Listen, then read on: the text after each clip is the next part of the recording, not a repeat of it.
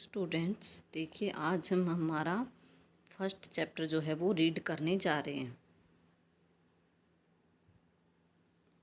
जिसका नाम है कि ईंट, मनके और तथा अस्थियाँ, और जो कि हड़प्पा सभ्यता के बारे में है। तो चलिए देखते हैं कि हड़प्पाई मुहर संभवतः हड़प्पा तथा सिंधु घाटी सभ्यता की सबसे विशिष्ट पुरावस्तु मतलब कि पुरानी वस्तु है। सेलखड़ी नामक पत्थर से बनाई गई इन मुहरों पर सामान्य रूप से जानवरों के चित्र तथा एक ऐसी लिपि के चिन्ह उत्कीर्णित है जिन्हें अभी तक पढ़ा नहीं जा सका है। सेलखड़ी नामक पत्थर से बनाई गई मुहर का जिक्र है, तो ये सेलखड़ी नामक पत्थर से जो है ये मुहर बनी हुई है, आप इसको देख सकते हैं। इस पर जो है एक जानवर का चित्र अंकित और ऊपर जो है कुछ लिखा हुआ है, और इस लिखी हुई लिपि को आज तक जो है हमारे पुरातत्वविद पढ़ नहीं पाए हैं, क्योंकि यह लैंग्वेज किसी को समझ नहीं आई है। इसमें यही दे रखा है। फिर भी हमें इस क्षेत्र में उस समय बसे लोगों के जीवन के विषय में उनके द्वारा पीछे छोड़ी गई पुरावस्तु मतलब कि पुरानी वस्तुओं, जैसे कि उनके आवास, घर हो गई, मृद भांड, बर्तन हो गए, आभूषण, औजार तथा मोहरें, दूसरे शब्दों में पुरातात्विक साक्ष्यों के माध्यम से काफ़ी जानकारी मिलती है। ये कहने का प्रयास कर रहे हैं कि क्या हो गया, अगर हमें इस मोहर को हम नहीं पढ़ पा रहे हैं, लिपि को नहीं पढ़ पा रहे हैं, लेकिन फिर भी हम जो है उनके द्वारा पुरानी छोड़ी गई चीज़ों के माध्यम से उनके बारे में बहुत कुछ जानकारी प्राप्त कर सकते हैं। अब हम देखेंगे कि हड़प्पा सभ्यता के विषय में क्या और कैसे जानते हैं हम। यह अन्वेषण मतलब कि खोज करेंगे। अन्वेषण का अर्थ क्या होता है? खोज करना। खोज करेंगे कि पुरातात्विक साक्ष्यों की व्याख्या कैसे की जाती है। पुरातात्विक साक्ष्य मतलब कि पुरानी चीज़ें, पुराने साधन की व्याख्या कैसे की जाती है। हम इन व्याख्याओं में कैसे कभी कभी बदलाव आ जाता है। निश्चित रूप से इस सभ्यता के कई पहलू आज भी हमारी जानकारी से परे हैं और हो सकता है हमेशा ही रहे, मतलब कि हड़प्पा सभ्यता के बारे में आज तक नहीं जान पाए हैं। आगे देखें कि पारिभाषिक शब्द, स्थान तथा काल। कि सिंधु घाटी सभ्यता को हड़प्पा संस्कृति भी कहा जाता है। कि इसको सिंधु घाटी सभ्यता बोल दो या फिर हड़प्पा संस्कृति बोल दो, दोनों एक ही नाम है। आगे की पुरातत्वविद संस्कृति शब्द का प्रयोग पुरावस्तुओं के ऐसे समूह के लिए करते हैं जो एक विशिष्ट शैली के होते हैं और सामान्यतः एक साथ एक भौगोलिक क्षेत्र तथा कालखंड से संबंध पाए जाते हैं। पुरातत्व जो है संस्कृति शब्द का प्रयोग पुरावस्तुओं के ऐसे समूह के लिए करते हैं, मतलब कि इसमें यह बताया गया है कि जो है एक ही भौगोलिक क्षेत्र से, एक ही जगह से, एक ही कालखंड, एक ही टाइम पीरियड में एक जैसी चीज़ें अगर मिलती है तो उसको पुरातत्वविद जो है पुरा वस्तुएं बोलते हैं, पुरानी वस्तुएं बोलते हैं।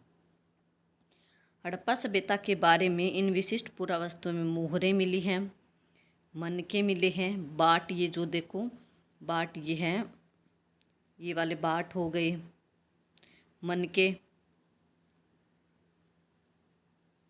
मिले हैं, और पत्थर के फलक, ये पत्थर के फलक जो है ये लंबे वाले हो गए, ये लंबे वाले पत्थर के फलक हो गए।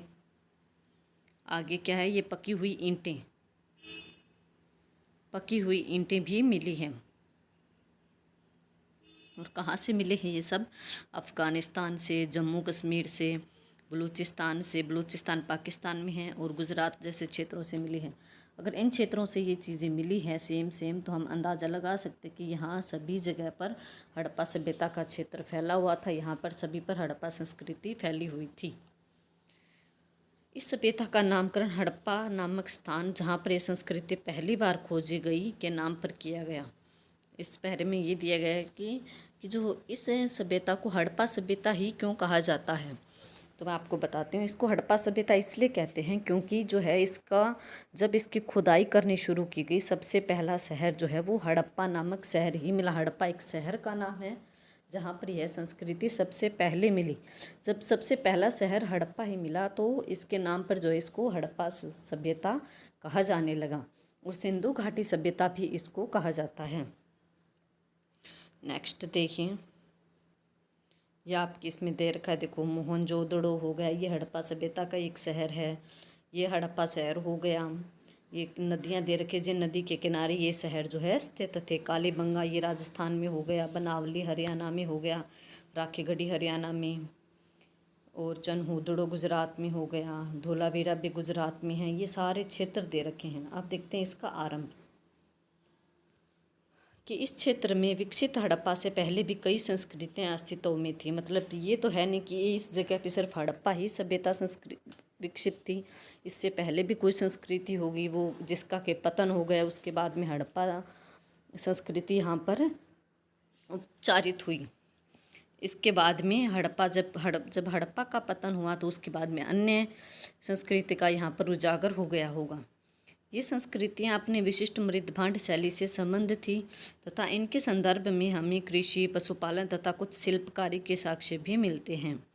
बस्तियाँ आमतौर पर छोटी होती थी, इनमें बड़े आकार की संरचनाएं लगभग न के बराबर थी। मतलब कि छोटी छोटी बस्तियाँ थी, छोटे छोटे बस्तियाँ मतलब कि छोटे छोटे गाँव बसे हुए थे।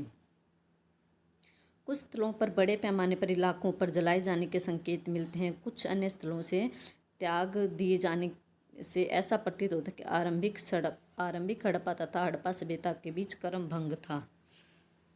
आगे है कि निर्वाह के तरीके कैसे थे हड़प्पा सभ्यता में। तो देखिए कि इसमें ये दिया हुआ है कि हड़प्पा सभ्यता के निवासी जो है कई प्रकार के पेड़ पौधों से प्राप्त उत्पाद, जानवरों, मछली आदि भी शामिल है। मतलब है कि ये जो है वो इतना खाना रोटी सब्जी नहीं खाते थे, बल्कि पेड़ पौधों से प्राप्त भोजन प्राप्त करते थे। जानवरों की खाल को भूनकर खाते थे या फिर मछली को पकाकर खाते थे। जले अनाज के दानों तथा बीज की खोज से पुरातत्वविद आहार संबंधी आदतों के विषय में जानकारी प्राप्त करने में सफल हो गए हैं। जो हमारे पुरातत्वविद किन्हें कहा गया है, जो कि हमारी खोज करता है, पुरानी चीज़ों की खोज करते हैं, उन्होंने ही ये बताया है हमें कि जो है हड़प्पा सभ्यता से ये भोजन के मिले हैं, अंश मिले हैं। इनसे हम अंदाज़ा लगा सकते हैं कि उस समय ये पेड़ पौधों से प्राप्त उत्पाद खाते थे और मछली भी खाते थे। कई जगह जले अनाज के दाने भी मिले हैं। मतलब जले अनाज के दाने मिले हैं तो मतलब इसका अंदाज़ा ये लगा सकते हैं कि उनको अनाज को पीसकर उनसे रोटी बनाकर खाना नहीं आता था, वो अनाज को सीधा आग में भूनकर खाते थे। आगे देखिए, ईंट मनके तथा अस्थियां। ये देखिए, हड़प्पा स्थलों से मिले अनाज के दानों में गेहूं के दाने मिले हैं, जौ के दाने मिले हैं, दालें मिली हैं, सफ़ेद चना मिला है, तिल मिला है आदि मिले हैं। बाजरे के दाने गुजरात के स्थलों से प्राप्त हुए हैं और चावल के दाने कम ही मिले हैं। मतलब कि जो बाजरा था वो गुजरात में उगाया जाता था उसमें, और चावल जो है कम ही उगाया जाता था, इसलिए चावल के दाने कम मिले हैं। हड़प्पा स्थलों से मिले जानवरों की हड्डियों में मवेशियों, भेड़, बकरी, सूअर, भैंस की हड्डियां शामिल हैं। कि जो हड़प्पा सभ्यता के लोग थे वो इन जानवरों को पालते थे, ये इनके पालतू पशु थे।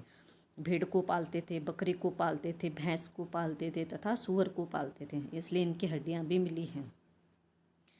आगे हैं कि जंगली जानवर भी मिले हैं, जैसे कि सूअर हो गया, हिरण हो गया, घड़ियाल की हड्डियां भी मिली हैं।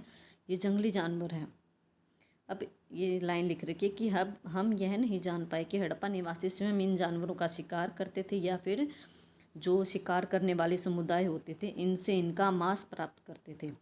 कि हड़प्पा सभ्यता के बारे में ये अभी तक पता नहीं चल पाया पक्का कि जो है सभी लोग अपना अपना शिकार खुद करते थे या फिर जो शिकार करने वाले शिकारी होते हैं उनसे मांस प्राप्त करके अपना पेट भरते थे।